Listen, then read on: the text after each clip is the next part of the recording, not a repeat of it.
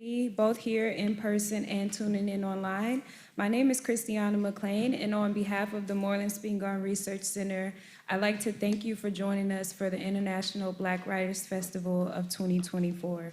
As we embark on the final days of panels, we hope that today's conversation inspires, motivates, and perhaps introduces you to new perspectives. Please take a moment to scan the QR code to my left where you can find the full festival schedule, panelist bios, and a link to our live stream. For more information about future Moreland Spingarn events, such as Ta-Nehisi Coates' book tour event happening at Crampton Auditorium on October 3rd at 7 p.m., visit msrc.howard.edu. Before introducing our moderator, we would like to take a moment to recognize that we are on traditional homelands of the Piscataway and Anacostan people who are the ancestral stewards of this sacred land. We acknowledge the indigenous peoples on whose lands we reside, as well as communities who reside here as the continued stewards of the lands today. We make this acknowledgement as one part of our commitment to working to create inclusive and respectful partnerships that honor indigenous cultures, histories, identities, knowledges, and socio-political realities, that dismantle ongoing legacies of settler colonialism, and that recognize the hundreds of indigenous nations who continue to resist, live, and uphold their sacred relations across their lands, and acknowledge that a land acknowledgement is not a substitute for action. And now, our moderator for this panel is Zandria F. Robinson. Zandria F. Robinson is an ethnographer and writer exploring race, gender, sound, and spirit. Her notable books include This Ain't Chicago, which won the Edward Bonilla Silver Award, and Chocolate Cities, co-authored with Marcus Anthony Hunter, which received the Choice Award for Outstanding Academic Title. Robinson is currently working on Surely You'll Begin the World, an ancestral memoir on grief and afterlife connections. She teaches at Georgetown University with interests in Black feminist theory, popular culture, and Afrofuturism. Everyone, please give a warm welcome to Zandria Robinson. Thank you so much, Christiana, so much for that introduction. I want to give some more thanks. Thanks to Aaron Jacobs for all the organizing here. Thank you to Howard. Thank you to the MSRC. And thank you to Dana Williams for the invitation to be in conversation today. This panel, again, is Spiritual Writing for Liberation. It's a space for thinking with practitioners who draw on writing as central to their spiritual and healing modalities. And thanks to the storyteller and holistic health practitioner Taylor Enlow, who is a former program coordinator here at the MSRC, who conceived this panel.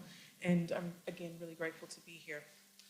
Before I introduce these splendid humans for this morning's conversation, I'd just like us together, here and at home, wherever you are, ever so briefly, to just take a moment and take a breath and settle into the space, and perhaps give a moment to,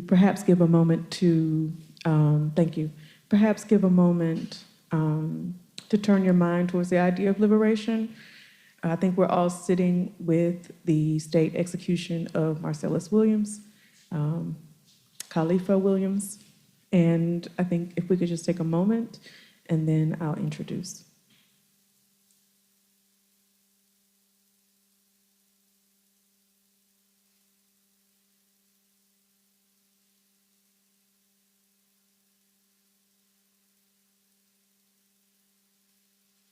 Thank you all so much, everyone. So I'm so glad to be here with these two marvelous, marvelous human beings. And I'm going to introduce them now. Sister Ehime Ora is a scholar, priestess in the Ifa tradition, an ancestral technologist whose sole mission, soul work, is the promotion of education in African philosophies and spiritual practices, personal alignment, and generational healing. Working in spoken word, visual media, and sculpting, Ehime offers multimodal and accessible pathways for ancestral healing and remembrance.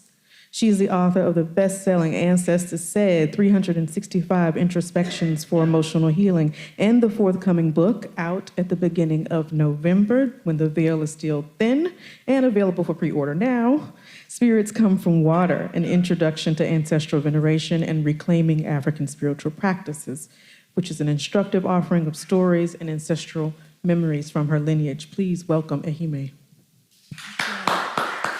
I feel so poured into. Thank you so much. Of course.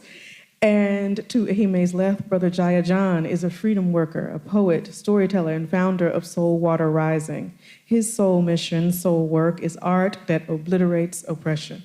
He holds a PhD in social psychology from the University of Santa Cruz, and as a former social psych professor here at HU, this is a homecoming for him of sorts. Jaiya is a prolific poet of and for the spirit and author of several books, including Daughter, Drink This Water, and out today, y'all, the 2-volume We Birth Freedom at Dawn, a compilation of poetry, stories, essays, prayers, and devotions. Yeah, clap it up, clap it up. Rooted in the spirit world, and you can hear him in conversation with fellow psychologist Dr. Tamar Bryant about that book tonight at Sankofa Books, right, at 7:30? 7:30 tonight. The rain gonna be lit up. Y'all be put back together from being melted. So anyway, come out tonight. Welcome, Jaiya.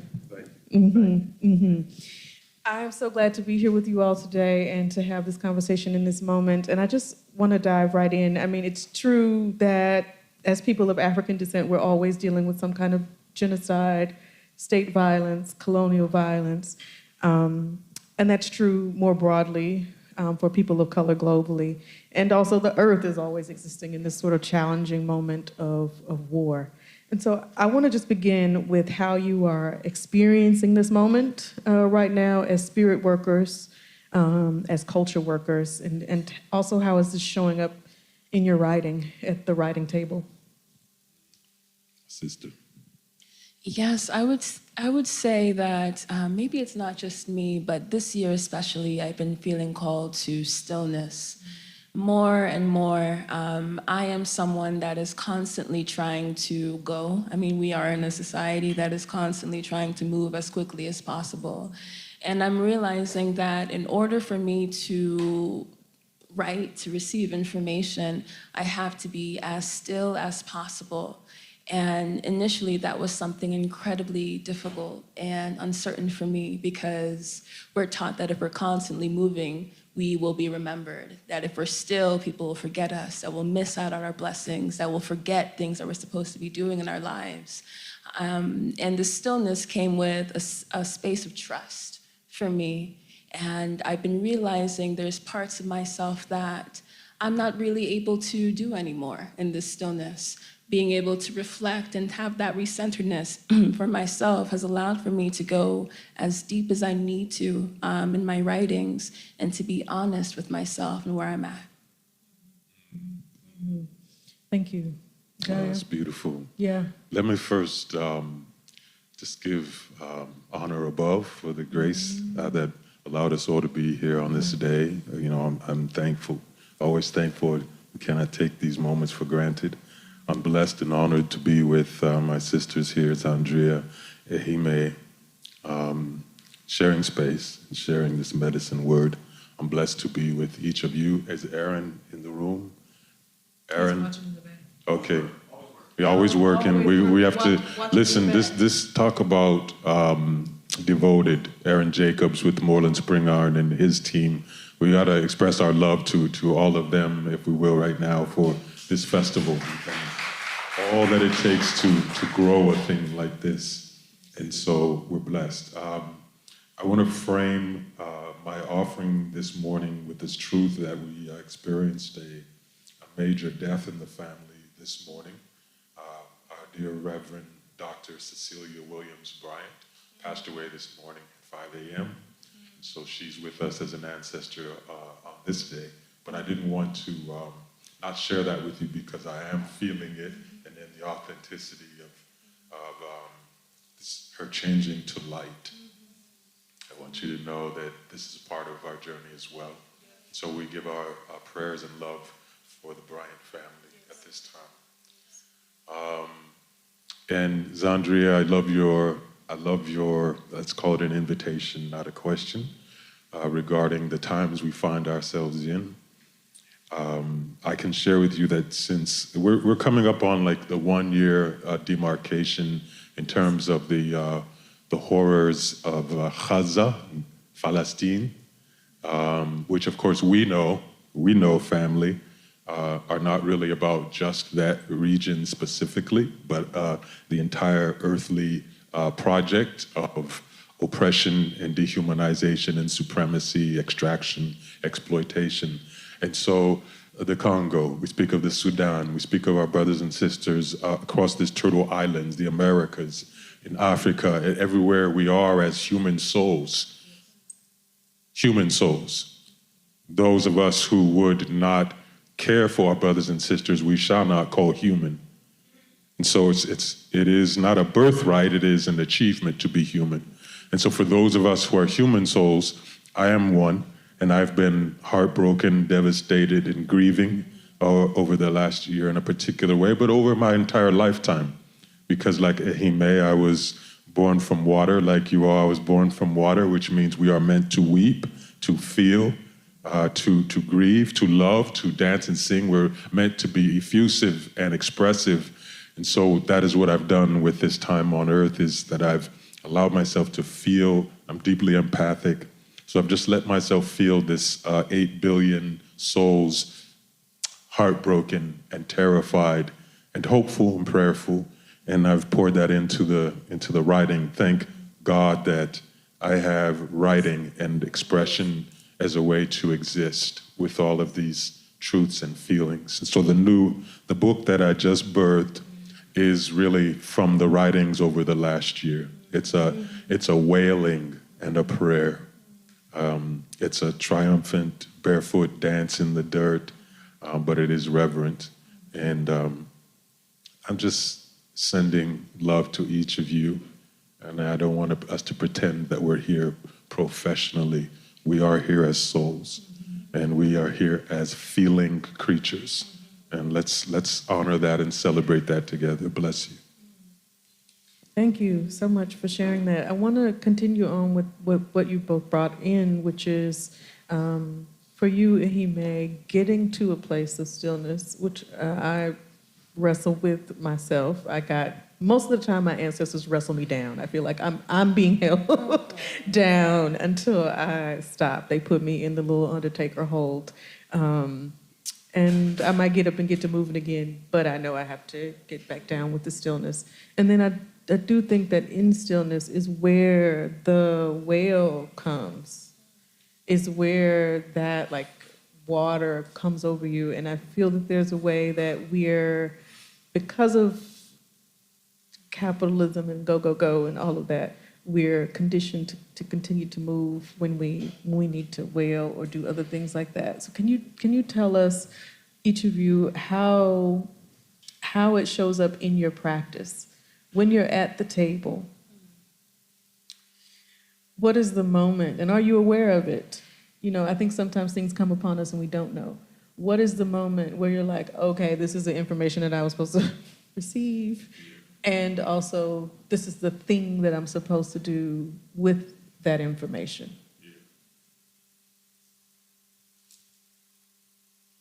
I wanted to just take a moment to process, because that was a really enlightening question. I would say, for me personally, it's being honest with myself. It's not trying to masquerade as someone else. When I think about feeling and also feeling my feelings, it's only recently that I realized that feeling my feelings doesn't mean feeling it for 3 seconds and then leaving. Right. It means actually sitting with the emotion and having a conversation with myself. And in that conversation of authenticity, I'm able to see myself clearly and also be able to see what my ancestors wish me to see without diluting that. Or without trying to manipulate it by, I'm trying to feel joy at this moment, or I'm trying to feel happiness at this moment, when really the medicine is in the bitterness, it's in the grief, it's in the sorrow. So it's by being radically authentic. And, on this topic of being seen, everyone is wanting to be seen, but being able to see yourself first is the most important thing. That is a message for Libra season. Any Libras in the house? I'm a Libra rising, sorry. Libra Mars, so I feel you. Jaiya. Thank you, sister. By the way, if you are not familiar with her work, I hope you will at least stroll on over to Instagram. She's been blessing us for, as young as she is, many years now. And I've been a beneficiary of your authenticity, and I want to thank you for that because it's glorious work. You're welcome. You're welcome. Yeah, so radical authenticity. It is not easy to be real in an unreal world, is it? It is not easy to be genuine in a disgenuine culture.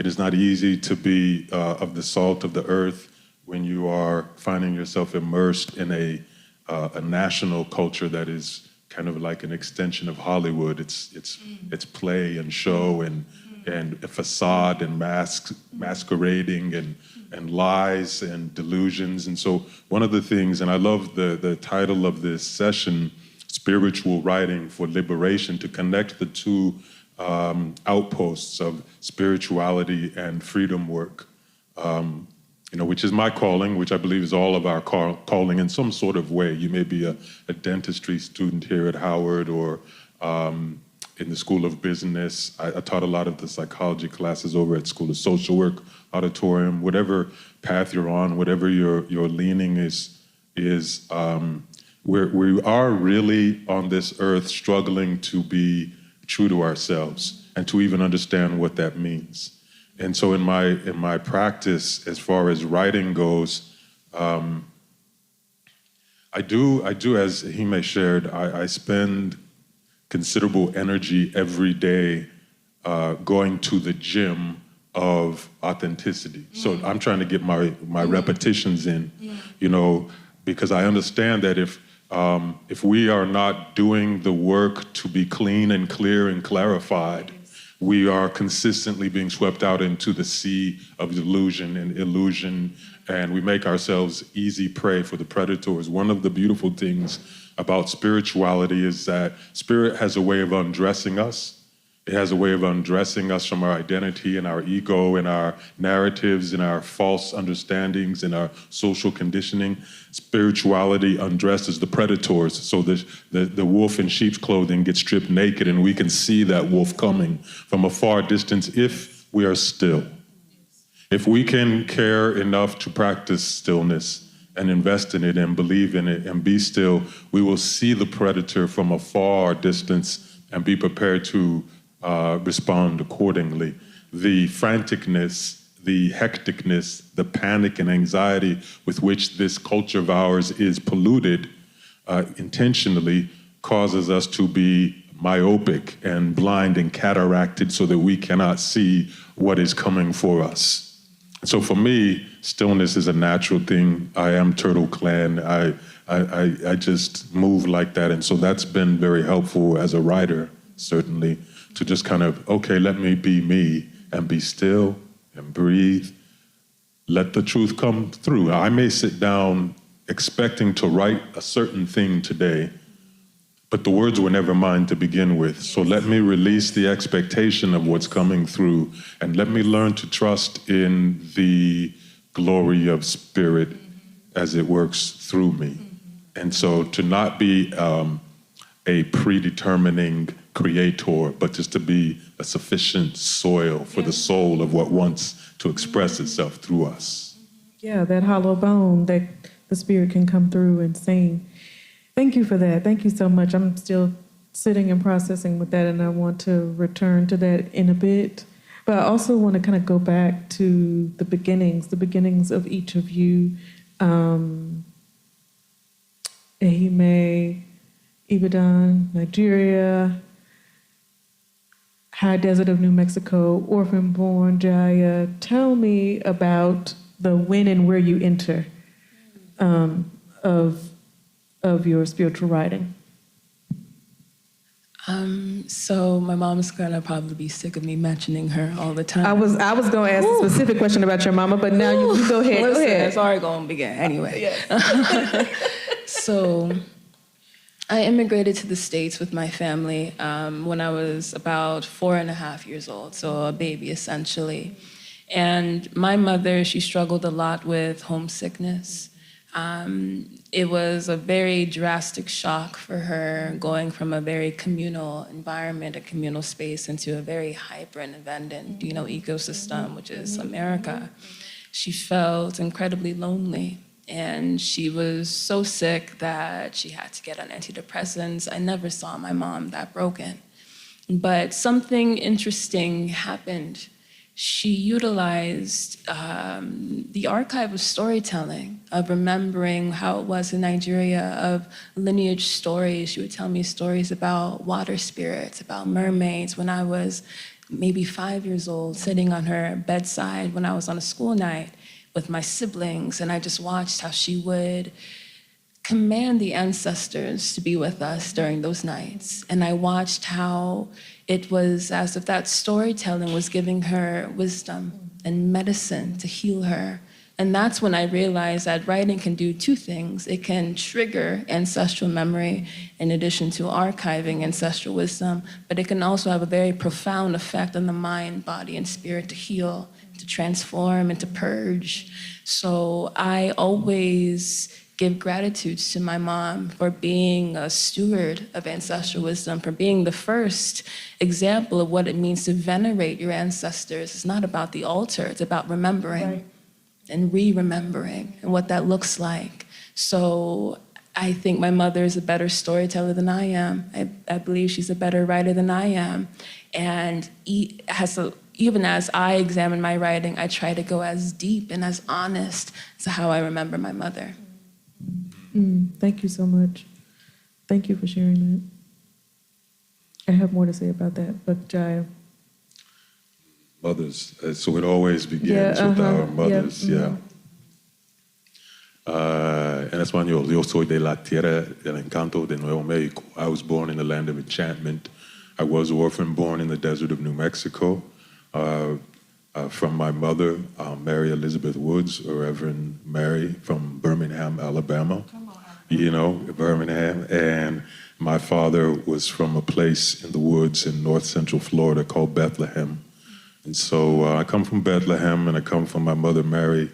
I grew up in a lot of love and in a lot of isolation. Isolation in the aspects of race, culture, persona, soul, my nature, my way of being. And the isolation, and as often happens in childhood, it caused pain in the way that I experienced the world, and then I became a practitioner of pain and sorrow. I became very highly educated in self-hatred and self-rejection. I earned all the degrees. And so then it became a journey. Let's say at around the age of 17, I left home, left New Mexico, and began the journey out in the world. And that was the dawn, the sunrise of my healing and coming back to myself, not just this self, but my ancestral self. And so for me, I had no voice when I showed up on campus as a 17-year-old student, and this woman came into the auditorium one night, and she changed everything because she was poetry. She was a small woman, but her spirit was mountainous. It was massive. It was magnificent. Short cropped hair, sister. And she opened up and she said, "I am a woman and you cannot do anything about that."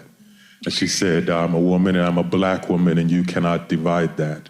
I'm a black woman and I'm a human being and you cannot touch that." And it was her love for herself and her collective self that astounded me, given how I had grown up.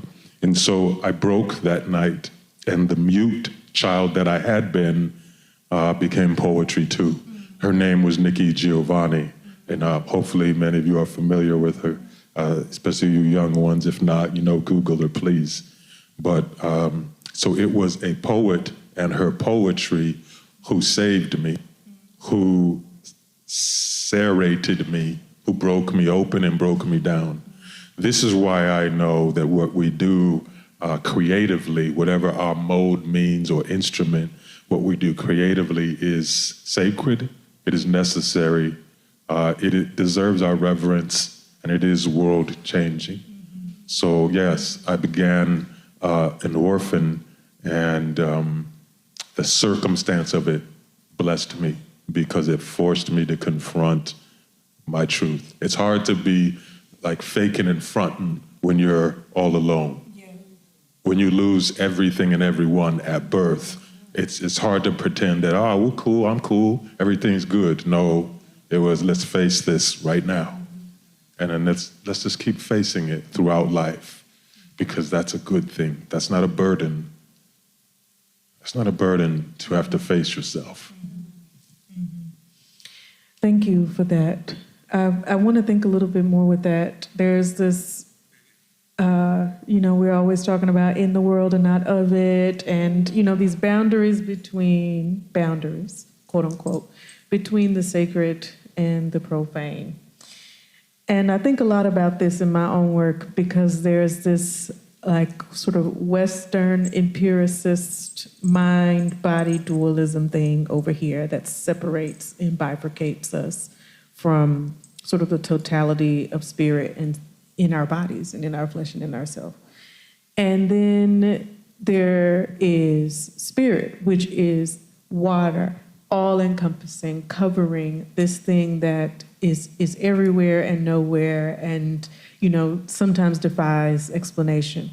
So I want to know how you all navigate that. We are Western folks with Western minds. I'm calling in, our ancestor, Malidoma Somé here. We are, sort of educated in this space, brought over to this space, colonized, even if we are not, So how are you all? How do you find that and navigate that two-ness, which of course the binary is not real. It is an imposition, just like, these other delusions. But how do you find that showing up in your work, and how do you navigate that when it comes up? Or do you find it showing up in your work? I've noticed when Elder Madoma Patrice Somé, what he would say is that mechanical spirit, the mechanical way of looking at things is what the Western world is, a complete denial of spirit. And the denial of spirit is exactly why things are exactly why they are. We wouldn't be seeing pollution in the oceans, deforestations. We wouldn't be seeing the housing of ancestral altars in museums, institutions, because of that deprivation of spirit. And with my work, I noticed that it's about telling the truth. And it's also about bridging these worlds and calling forth those spirits. Within my ancestral practice, we believe that we all come from water, but exactly there's a parallel world that exists beneath these water bodies. So as we have schools, cities, towns on the earth side, it exists on the water side as well. And the creative act is a spirit, being an artist, being a writer, and the art is a water. The art has a water type of effect to it. So as a writer, as an artist, as a creative, you are conjuring the bridge and bridging the gap between what is the mechanical understanding of spirit in the West. So how to consolidate all of that is as being as honest as possible, but also going as deep as possible. The water has depth and things that we cannot see. So it's important to not fear your own depths and to explore that with integrity. Preach. Okay, yes. Yeah. Preach. Thank you, Ehime. I was joyful as I realized who this panel would be, because I know Providence brought us together. We each have this relationship with water.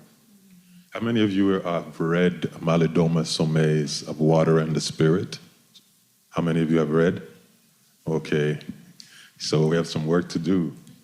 Yes, so they've both referenced our ancestor Malidoma Somé, and he went on an incredible journey. He too was lost from his origins early on in life, and he lost, his people would say he lost his humanity, actually, and so he had to be really brought back in to himself and to the people through a journey, a spiritual journey of ceremony and ritual and reckoning.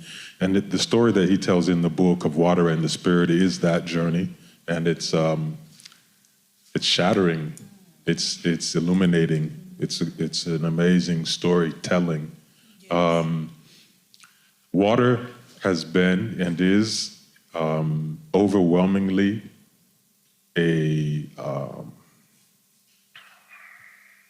it's been everything in my life.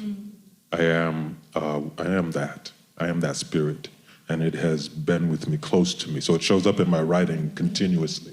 Sometimes I feel like, okay, you know how you're going through and you're doing your edit of your document, and it'll show you this word. It shows up like how many times? River in there. Yeah, it's like, oh my God, I had no idea. I used the word water 318 times in a 20-page essay. What's going on? So, but sometimes as an artist or writer, or let's say as a spiritual usher, you know, a conduit between worlds, sometimes you have to just not worry about convention. And sometimes repetition is okay, because maybe spirit is chanting. Maybe spirit is saying, I want to say water, water, water, water, water, water, water. And you let it say water, water, water, water, water, water. And this becomes tribal. It becomes drum. It becomes dance. It becomes song. And so one of the ways that I navigate this relationship with spirit world and this mundane world is to stay by those elements that I know call to me, that I know belong to me, that I belong to, that I know I am most myself in the presence of. I grew up in the mountains, I grew up in the trees and sky and earth, la tierra. I grew up in the water, by the water. For me, especially fresh water, river, stream, creek, tears, lakes. There's a pacification, there's a serenity, a tranquility that comes into me. And so I do spend, even though I live in the LA area, in recent years, I spend as much time as, in fact, that's why I moved there, so that I could be more immersed in the climate and in the natural world. That helps me retain being spirit, a spiritual condition. And then even if I'm in a space that is material, and even if it is filled with unwell spirit, that's an opportunity to practice purifying the water that I am, the water that we are. So there's no sort of polarity for me. I just let me stay in my practice, let me stay in my condition.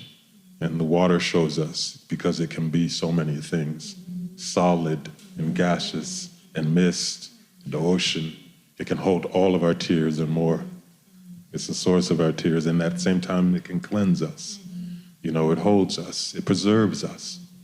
It can be with us in the cold and in the heat in different forms, and so we dance when we dance, because we are this incredible gift, water. Ehime, did you want to respond to what he just said? Yes, actually. Because I remember one of your works, I've been a fan of your work for a long time, and I'm paraphrasing, please recite properly, but you wrote something that said, ocean need not seek water. And it echoes in my brain as I explore this path of authenticity, as I explore my innate connection to water. And as I explore just embracing all that what life has to offer, and I just want to thank you so much for writing that. And it feels very much like synchronicity of us being on the panel together, and just how the water is bringing us back. Spiritually, I feel like the elements and the spirits of water are wanting to show themselves more, not just because of climate change, but because of calling the water people that come from water home, to the art, the creativity, but also to the spiritual understanding of everything that exists and to exist. It reminds me a lot of what my mother and I would talk about when we look at flooding, or essentially waterways coming up that have been buried to kind of recenter up the Earth's surface. My mother always says that not every water body is the same. different water bodies like swamps, oceans, lakes, streams, they all have different characteristics. They all have different spirits. They all have different energy. My mother says you don't put the spirit of the ocean in the same bottle as the spirit of the lagoon, because they will start fighting each other. So that comes back to that space of authenticity about my water and your water are not the same, but they can still coexist, right? And it's all about the topic of respect and mutual understanding of your own capability and adaptability. That's beautiful. That is Thank you. excellent. And now you have called forth the spirit of Toni Morrison. Because, plot twist, this is always already a Morrisonian panel. So, yeah, all water has perfect memories, always getting back to, where it came from. So let's talk about some of the people who your work is in conversation with. I think in terms of water for me, I grew up on the Mississippi River. My father grew up on the everybody's from the Mississippi Delta area. And, the creeks and waterways there. And just I always return to that spot. I always return to various places along the Mississippi in the Memphis area and in the Mississippi Delta. And I always notice, when the water is a little bit different because it's receded a bit for whatever reason. It could be a moon cycle, it could be pollution, it could be drought. And you can stand there and you can always see like where it's going to return to and know that it will be different, but it's going to come back. Like that's the line. This is where the water is going to return to when it comes back. And yeah, I think about this a lot, like people who work with water, like when Jackson, Mississippi was having its water crisis, and so many water workers, water spirits were down there like, please come back. How do you think about like the return of water in your work? Who's showing up? Like I'm going from what you said earlier about just like the art is a water in a way, and we become water.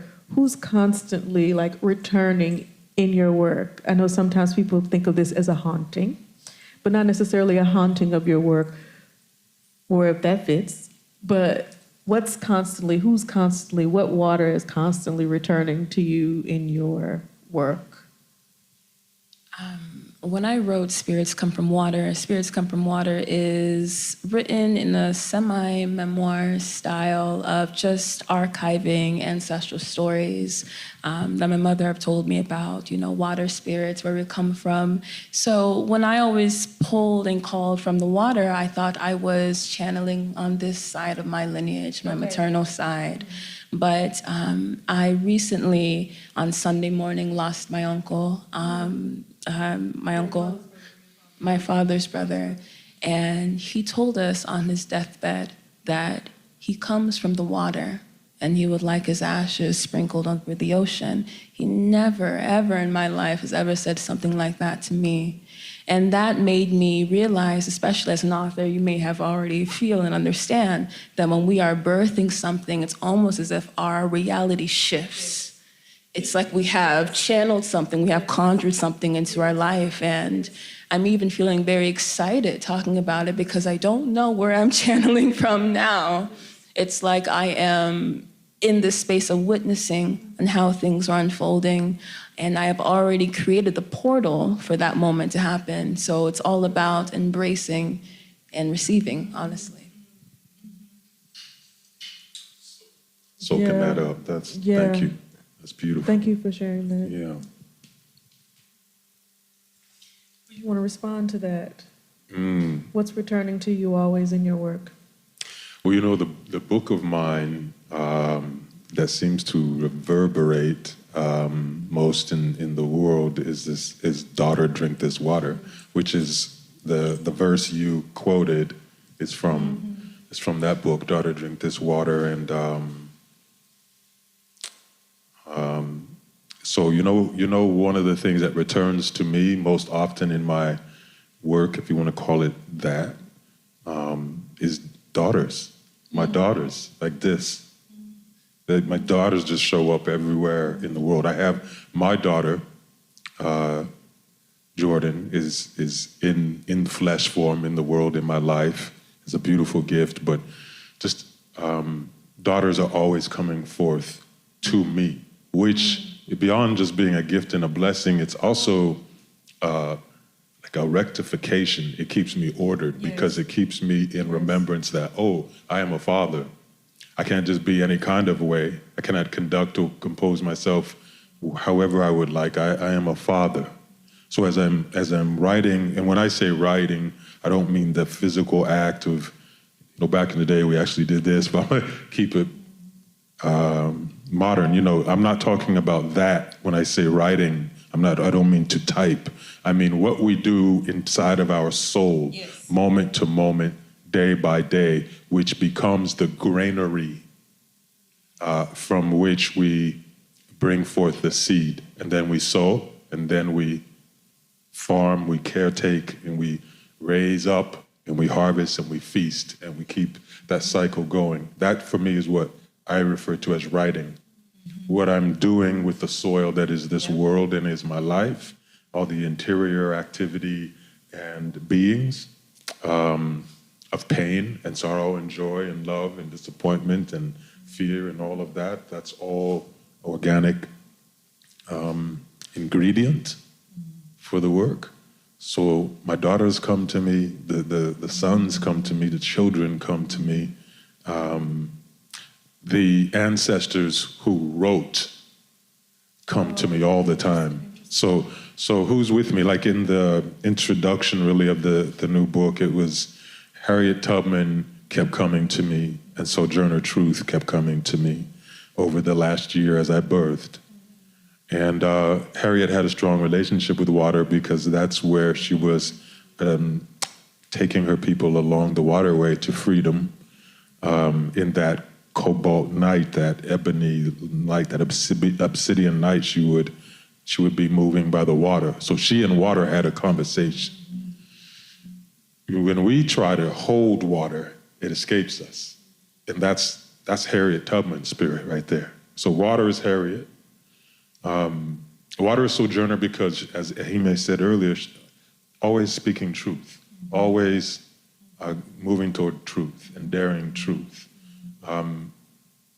We wouldn't think of Harriet and Sojourner as writers, but I'm saying they, for me, are writers. They wrote, they etched themselves and their expression in this world, in their time. They inscribed us.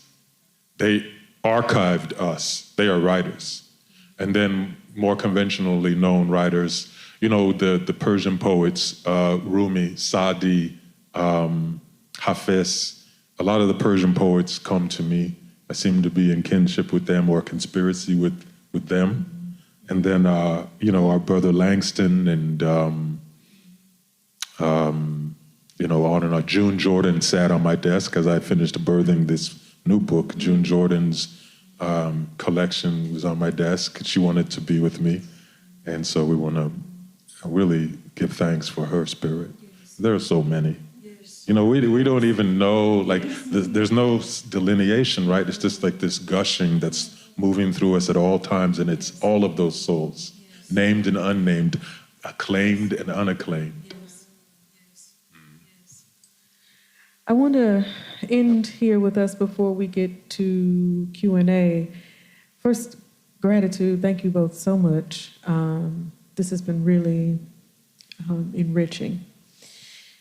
I want to ask what thinking of writing in this expansive way, because I never think of writing as a thing at the table either. That is when I'm processing.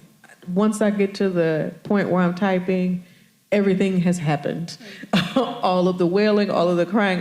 I'm just then the human machine that can, make the things come out into a way that it can be out in the world.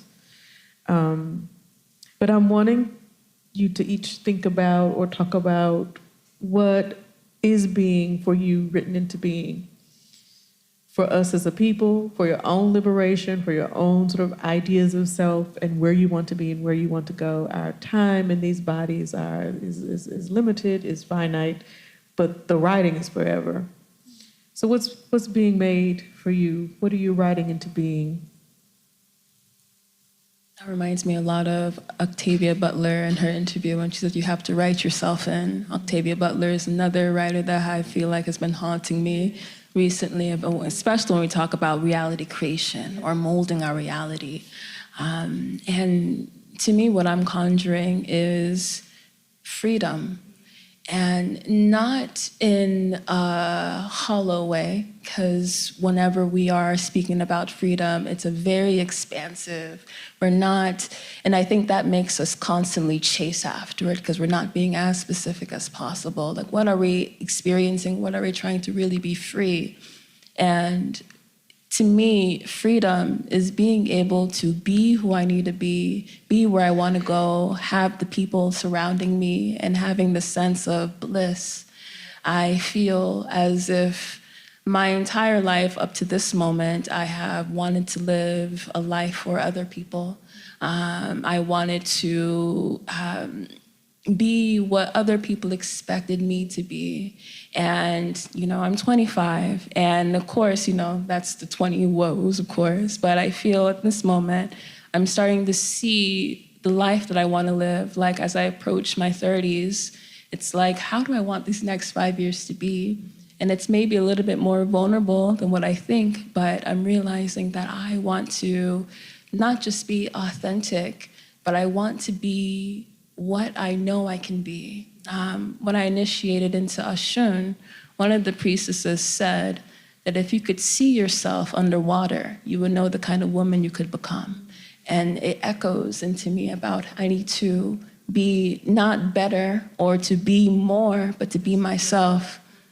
And that, to me, is that kind of freedom that I've always been searching for. Shade. Yeah, I listen to you, and I just feel ever more that I've had a daughter brought to me again, so I'm thankful. Specifically, a novel is gestating in me, which is the story of thank you, it's the story of a woman who is water. It's the story of a woman who is water, and it's been gestating for years. Yes. So I'm excited because there's a bunch of stories coming.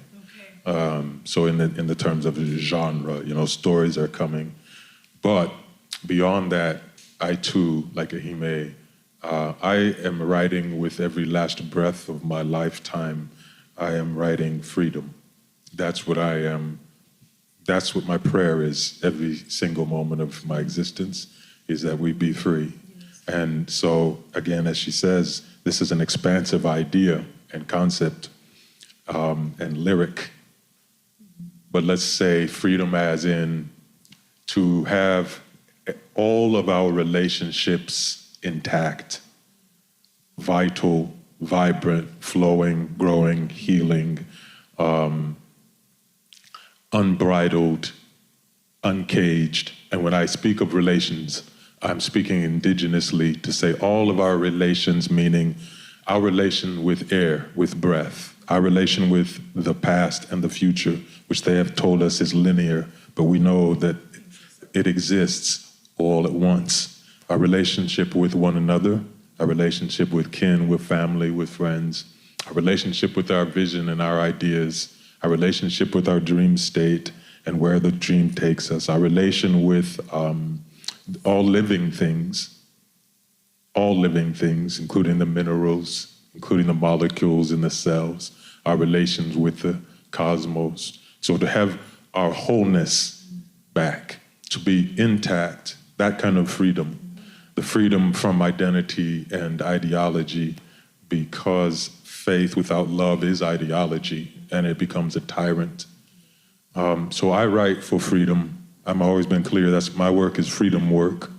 It is a personal freedom as well, beyond the collective, the freedom for an individual to be all that she is, all that she's been called here to be. And I say she because, the first and most devastating oppression that humans have ever practiced is the oppression of the she, of girls and women, of the feminine. And it's cost us dearly. And so freedom for us on a personal level to really experience what we actually are, as opposed to the idea of us. This is what I write for. And as you say, life is fleeting. So I feel, I'm just 1 or 2 years past her on my journey. And so, when she says 25, I just shake my head, because that's, my daughter's 26. And, but one of the things that age blesses us with is an understanding of how precious these moments are. So when people think, oh, you write because you want to get books out. No, I want to write because before I change to light, I want to feel that I poured out my entire vessel. I want the vessel to be spent. And that's what it means to me to be an ancestor. But not just spent in terms of seeking things, but spent because of love. Just give it all because you love everything so much. And that's what I'm writing. Thank you. Thank you both so much. Please, everyone joining me in giving gratitude to Ehime Ora and Jaiya John, Spiritual Writing for Liberation. I believe Christiana is going to facilitate the Q&A. Yes, so can we have everybody who wants to ask a question, can we have you line up over here? And we really want to prioritize the voices of the students, so maybe have the first 4 to 6 questions come from students, please. Don't be scared. Be brave, y'all. Don't be scared. Bless us, add your kindling to the fire. Yeah. Hi, my name is Jasmine Michelle, and I'm a bio major here at Howard. So you sort of touched upon this at the end of your last response, but I think that one of the things that really sticks out to me about writing in the physical sense is the way its capacity to be immortalized. So I wanted to ask how you guys consider your legacy as you're writing. Okay, I'll go first. Oh, gosh, that is actually something I've been having conversations of with other writer friends. And I think about the writers that I look up to, like Zora Neale Hurston, Toni Morrison, Bell Hooks, Octavia Butler, James Baldwin, everyone, okay? And I think about, were they also thinking about their legacy as they were writing? And to me, when I think about my legacy as I write, I feel it feels too heavy for me to carry. I feel like I shouldn't be the one carrying that. I feel like it's my responsibility to speak the truth in my writing, to tell the truth, and to be honest about it. And my legacy is up to the perception of other people. If I am moving with honesty and integrity in my work, if I am unveiling myself and my truth, I hope that the legacy is a good one. I hope it's touching other people. I hope it's resonating with other people. To me, legacy is about, I hope the words are hitting people's hearts the way that I hope they would. I hope it sits within them. I hope it transformed them as writing has always transformed me. So I guess it's more of a wish for me rather than a actual knowing, if that makes sense. A wish. Thank you. I consider legacy in this way. I'm thinking of what night leaves on the grass in morning. That dew, that fine, purified dew on the grass. And I think of a legacy as that for each of us. What do we leave on the grass of this world? And it is helpful for me to think of legacy only in the sense of, as a reminder, do I want to leave behind writing that feels like ego to the souls who experience it? Do I want to leave writing behind that feels like self-concern? What what is that feeling that I wish to be left behind on the grass at morning? And that for me is the purity of love, of creation, of creator. So it just kind of helps me sort of filter out ego and identity as I write, to just think about, okay, what's going to be left behind? All the other things, career and such, that's just notions in the wind. Hi, my name is Uche Umegbulu. I'm a senior here at Howard. I'm from Baltimore by way of Enugu State, Nigeria. And this question is more for Ehime. I was wondering if you could speak to the limitations of, conjuring and like being a conduit that uses like English as a medium of expression, because we have our own native languages, and sometimes expression doesn't really translate as well to English. So I was wondering if you could speak to that, and could you speak to how you also combat that and find yourself getting your language to align closely to what you communicate in English. That's a very beautiful question. Thank you so much for asking it. When I immigrated to the States and I entered public education, the first thing that they did for me was put me in speech classes because I had an accent. So it was to deliberately train my tongue into the English, and that was my first part of spiritual dismemberment that happened for me. And I would say that it has been a deliberate effort for me to become skilled in my native language, to remember my ancestors and the way that they speak, and also to make writing be for me, to write the way that I want to write, not writing in the way that is, politically correct or what I'm supposed to write as someone who speaks English. And that to me has made English more for a way of channeling in an honest way and not in a grammatically correct way. And I also just make space for understanding that there is a certain level of access that won't be granted to me until I achieve a certain level of fluency in my ancestral languages, which is part of the process and is part of the journey for me.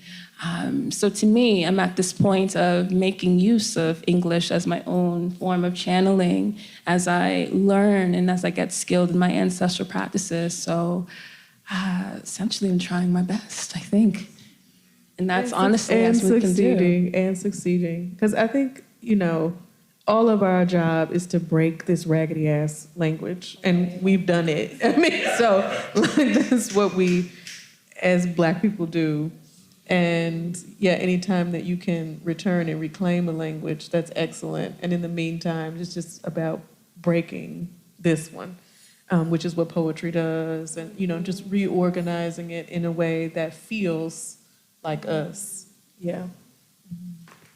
Hello, everyone. My name is Hewan Gitacho Diaz. I'm originally from Ethiopia. I study psychology at Trinity Washington University. So thank you for Howard and everybody who created this event. And my question is, as writers, and both academically and non-academically, how do you differentiate and how do you balance writing for the soul and writing to eat, Because we do live in a very capitalist world. And, not having to balance that also just becomes all about, money and getting this and that, instead of, creating something that is more beautiful and for the soul. That's a tea question. You asked for some tea. You asked us to come and spill it. Go ahead. Yeah. Hewan Tenastele. Salam. So I have found that when I write to eat, I starve. That's right. Every time. Every single time. Without exception. I starve. I starve. And I starve many more ways than I would have starved by the absence of food. I have found, in my experience, when I write from the soul, and then here's the key, believe in it enough to give it space, share it in the world, let people know it's there, then those who hunger for that particular sustenance, they come, they find it, and they eat, and they don't starve. There are periods where I have noticed, to be honest, because of this onslaught of social media, yes, that it's very easy to write to social media. Oh, it's got to be snappy, it's got to be short and brief, it's got to be this, it's got to be that. And it's been my experience when I find myself slipping in that direction that not only do I starve, but others starve. I do believe, well, I am evidence. You can see, I've been able to eat pretty well for these years that I've been writing from the soul. It's not been without fear at times. It can be scary. Yes. But I'm saying this is faith work, and here's the faith that we must have. 1, faith in the Spirit that speaks through us.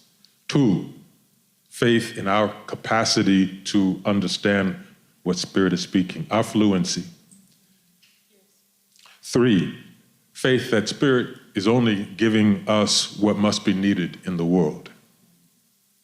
4, that those who hunger for what you serve exist. They exist.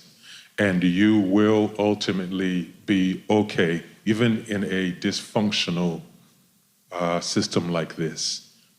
Not to say it's always easy, but that you can find your way. You can pay your bills. You can pay your bills if you're being true. Yes, please write what Spirit tells you to always. Please, whether that's an academic article, a book, whatever, please write. Follow your own emotions and write what Spirit tells you to, and you will be eating. Okay. Just due to time, could we also have just one answer per question so we can get through all the students? Sure. Hi, my name is Ellie Warden. I am a psychology major from California. So my question is, I know you guys just mentioned about writing the truth that comes from within, but how could we make sure we are saying the right thing as writers? You know, how we are factually correct when it comes to spirituality? What I wrote in Spirits Come From Water, I do give practical steps on connecting with spirit and reclaiming African spiritual practices, but what I underscore in that book is the feeling. The feeling is the most important part. When it comes to knowledge and wisdom, that is something that is obtained as you go on this journey, right? And it's important to utilize that feeling, that moment of feeling as a portal to break your way through. So you must tell the truth and you must feel very well, okay? Thank you. Daughter. Everybody needs to kind of smile. They say some people laugh too much and smile too much. We're not calling names, but smiling is good. I meditate, so, I feel energy. I think of the Arabian Sea, the Bay of Bengal, and the Indian Ocean in Kanyakumari, India, my first visit. The waters churn up together, but when they move apart, they go happily to their own homes. It's a place of water motion. My second trip to India was in December on the 13th, Solar, hello, and I stayed there for 1.5 months. Main intention, Hindu wedding, and I ended up stuck at a place called Hawa Beach in Kerala. I could walk to the beach barefooted. Nobody knew me, and I don't know any Hindi, so if they were cussing me or anything, was no problem. Now I go to, we always have to quote Europeans. Samuel Taylor Coleridge. Water, water everywhere, nor any drop to drink. No, and all the boards did shrink. Water, water everywhere. nor any drop to drink. The very deep did rot, O Christ, that ever this should be. That slimy things did crawl with legs upon the slimy sea. I'm going to get political now. And I've come back after 3.5 months by myself to show, when I write the book, to empower Black, female, short, tiny. When I go up to a counter and a white person just puts their passport in front of me, I say, excuse me. Well, I'm just asking a question. I say, I'm asking a question too, and I have to get on that flight before you, because I was here before you. So my question to you guys is, when I say guys, you folks, when the slimy things are happening, like now, and my queen is going to emerge like the phoenix out of the ocean. I like to dance. But when the slimy things happen, how do you block them out? Because right now I'm yearning to go somewhere and come back and vote by October, but I'm scared that maybe not scared, but if they decided that you couldn't get through this airport tonight, what would I do? I need to vote. But when these slimy things are happening, how do you block them out without running away? I'm a runaway person. I just leave. And I haven't watched TV but once for a year now, because I just couldn't deal with what was going to come up. And then when I was in there, I watched TV because guess what? I didn't have a clue what was being said. That's the only way I could watch TV, when I don't know what's going on. Like they're dancing, Bollywood dancing. I don't know if they're cussing me, Black people, whoever, but I didn't know. But when I'm here, I can't even watch TV. So how do you block the noise out? I meditate and the noise still comes in my head. Thank you. Thank you.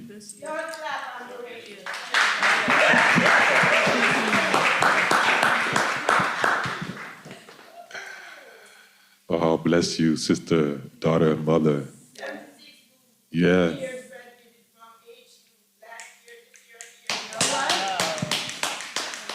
We are blessed to have you among us. What a jewel. When the slimy things happen,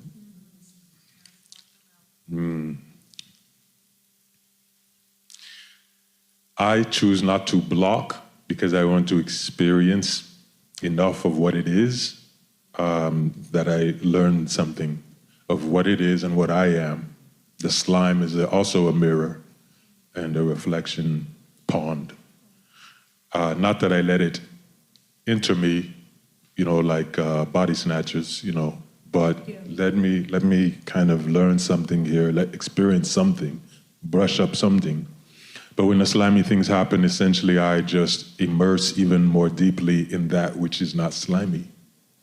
So for me, I am always returning to my medicines, my ointments, my tonics, my cleansing devices, whether that be prayer, meditation, time in the wilderness, music, song, dance, friendship, family, creativity, weeping, crying.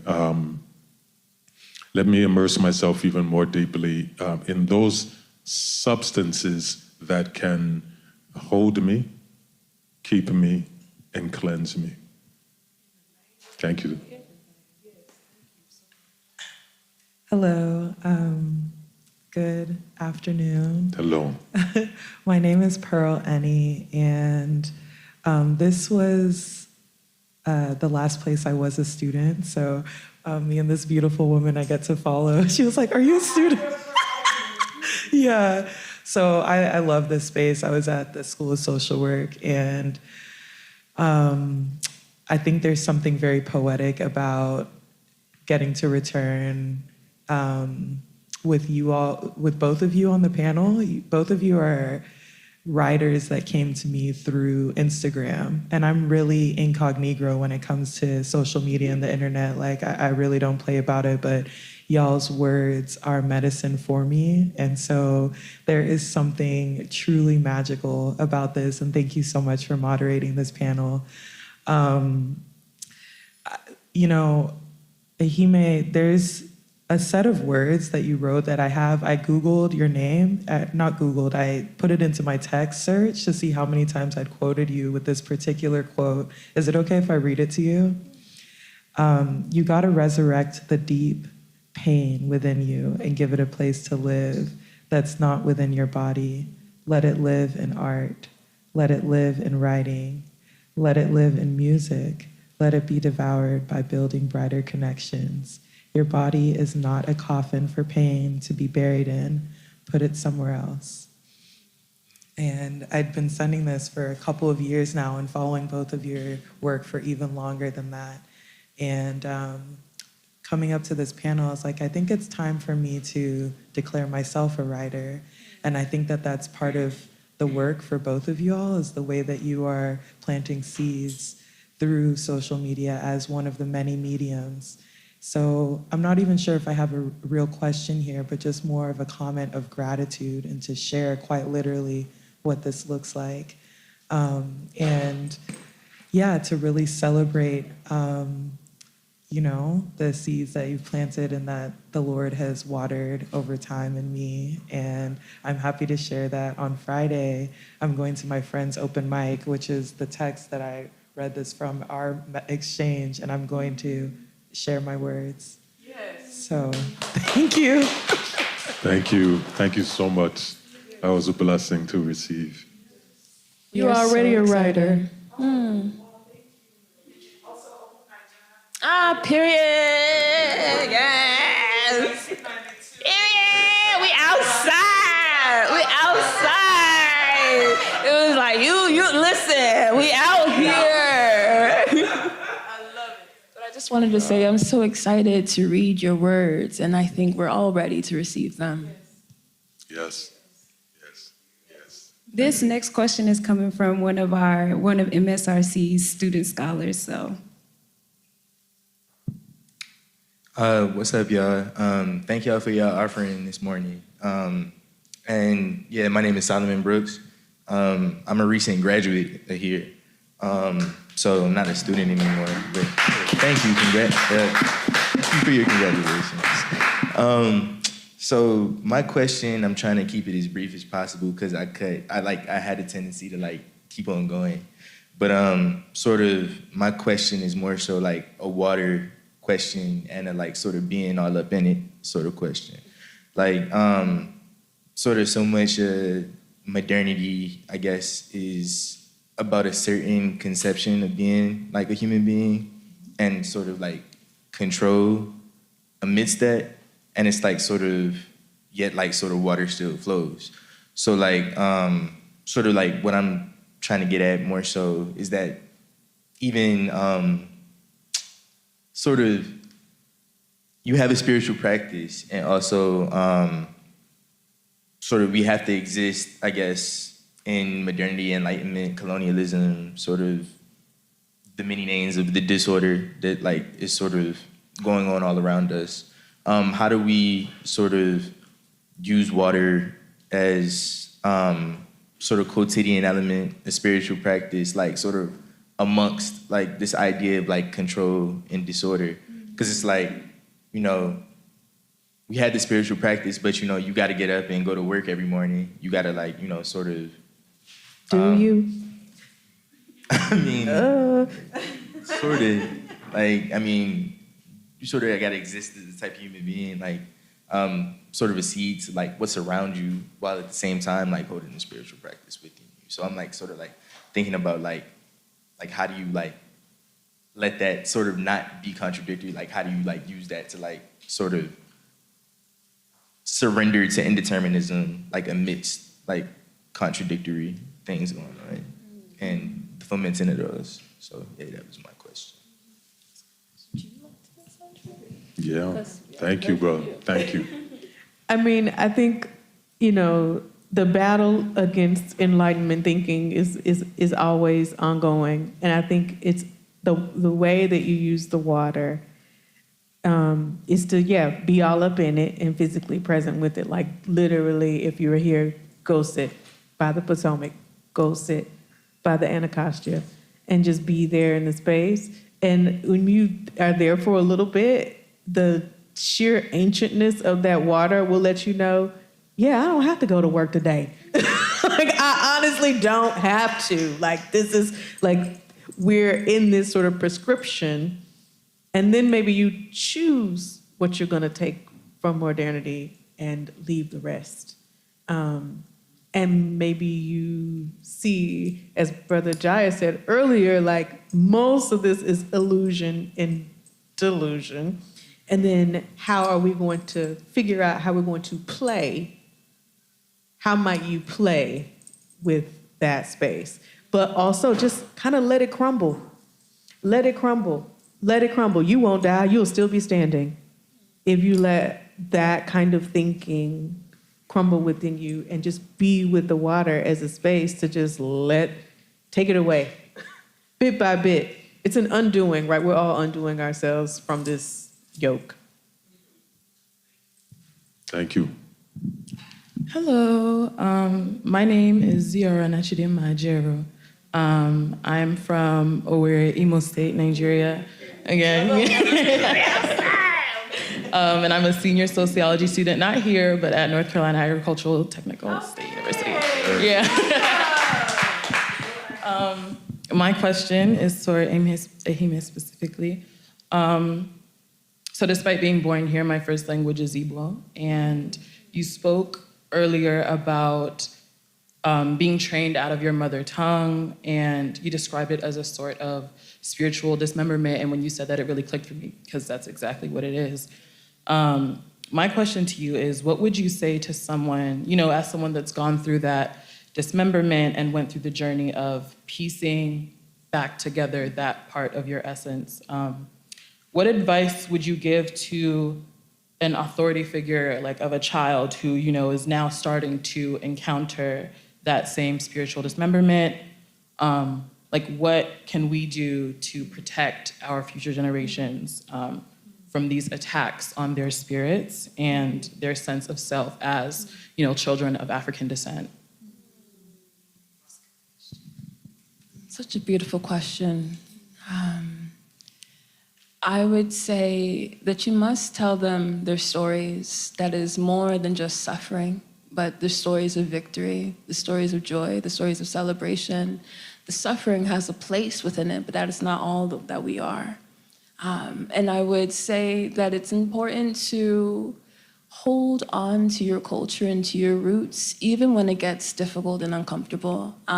Growing up in the States, it's only just, I wouldn't say recently for me, but recently for the global culture of it being okay to be Nigerian. And that wasn't the case when I was growing up. That wasn't the case in high school and middle school when I would bring my food and people would comment on what my food smells like, how it looks like, all that stuff. And even that, it's having the purpose to see beauty in it. And a very important note on family. Keeping in touch with family and having a close relationship to family to remind you of who you are. Because what happened with me was I struggled a lot with not necessarily the homesickness aspect, but the culture shock of going from my household outside, household inside, on a constant basis, and feeling as if folks wanted me to pick being American. But even as today, who I've grown up mostly in the States, I consider myself to be Nigerian, period. And it's okay to say that. So I think having the audacity of reclaiming your practices, but also seeing the way that you can incorporate that into your lifestyle. So it's not just when you talk to family that you're Nigerian, but it's in all aspects of your life. Thank you. We're going to have the last question asked by a staff member at the Moreland Speaking Guard. But before we do that, please don't forget to follow us on social media. And then also stick around. We will have another panel at 1 p.m. Thank you. I just want to say thank you. Your personal stories are very powerful. And as I was listening to them, I was relating it to my own background, right? I'm from Ethiopia, again, and I still live. You speak Amharic, I see it. So in the Ethiopian Orthodox tradition, we get baptized, like boys get baptized at 40 days, and girls get baptized at 80 days, okay? And each child, during the baptismal ceremony, gets immersed in the water, right? 3 times. And this water and spirituality concept becomes very close to my heart because of my Ethiopian Orthodox background. When we were kids in Ethiopia, I was born and raised in Addis Ababa. There are certain days of the year that when it rains, we run in the rain, and we're told, the rain will make you grow. We believed it. Yes. And the last, just the 2 days before the Ethiopian New Year, which is on September 11, unfortunately, that's the day, 9/11, right? The 2 days before the Ethiopian New Year, it's the day of Qudus Rufael, right? And that Saint Raphael, and that rain, the rain that pours down on that day, and amazingly, it rains on that day. It's considered holy water. Okay, our parents had like spiritual fathers who visit our homes we can say every month, every week. They come to pour holy water on the house. They go to each room and they just sprinkle each room with holy water. So this spirituality and water connection is very close to my heart. I just wanted to comment on that, and your powerful presentations are very much appreciated. My sister who asked about the language as a bilingual, I really appreciate that question. Thanks so much. Thank you so much. Bless you. Thank you, everyone. Thank you so very much. Thank you for bringing that diasporic focus. It's been present, but all of us, it's what joins African descended people is our various connections to water as spiritual practice, whether it is holy water in Addis or whether it is a baptismal in a creek in Mississippi. It's what connects us all. And thank you all for being here. Again, as Christiana said, follow the MSRC on social media, and there will be a panel at 1 o'clock. Thank you kindly. Thanks again to you all. Are we signing? Are we signing books out here? Yes? Are we? Beautiful. They're there. I didn't know. Okay. So we have awesome. Books back there, folks. Beautiful. And at St. Kofa, 7:30, I'll be reading and discussing my new book, We Birth Freedom at Dawn, 7:30. Yeah. And we're reading in here at 5 o'clock as well, right? Mm-hmm. Okay. And I also just wanted to say thank you to all the Nigerians who are here. Yes. So nice to see Bless you all. Big love. Big love.